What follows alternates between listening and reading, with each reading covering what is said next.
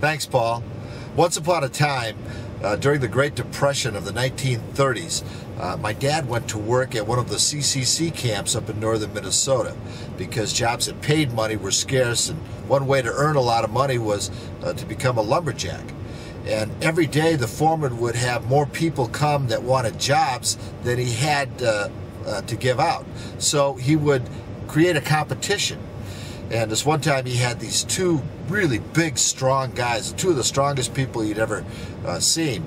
And he had them compete all day. They would chop wood, and whoever chopped the most wood would get the job.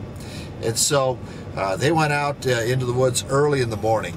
And they were about 100 yards away, so they could hear each other chopping, but they couldn't see what they were doing, what each other was doing. And so about 20 minutes in, the first guy stopped chopping. And the second guy could hear him, and he's thinking, wow, this guy's tired already. I got this in the bag. And so he keeps chopping and chopping and chopping more.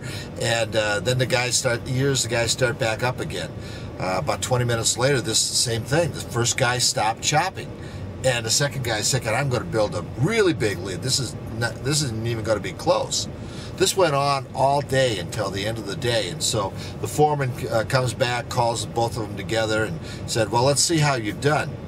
And he went to the second guy, and the second guy had chopped 4 cords of wood, which is really good, you know, because he was a big, strong guy. He went over to the first guy, and the first guy had chopped 6 cords of wood. And the second guy couldn't believe it. He says, I don't know how in the world did you beat me. I could hear you through the trees. You were stopping every 20 minutes. I knew you were tired. There's no way you could have chopped more wood than me. And the first guy said, well, I never took a break. I just, stopped every 20 minutes or so to sharpen my axe. And that's the difference between working hard and working smart.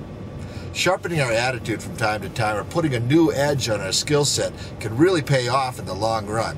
Check out our latest attitude adjusting, skill sharpening, smart working tools by visiting our website at www.minnesotadalecarnegie.com. Back to you, Paul.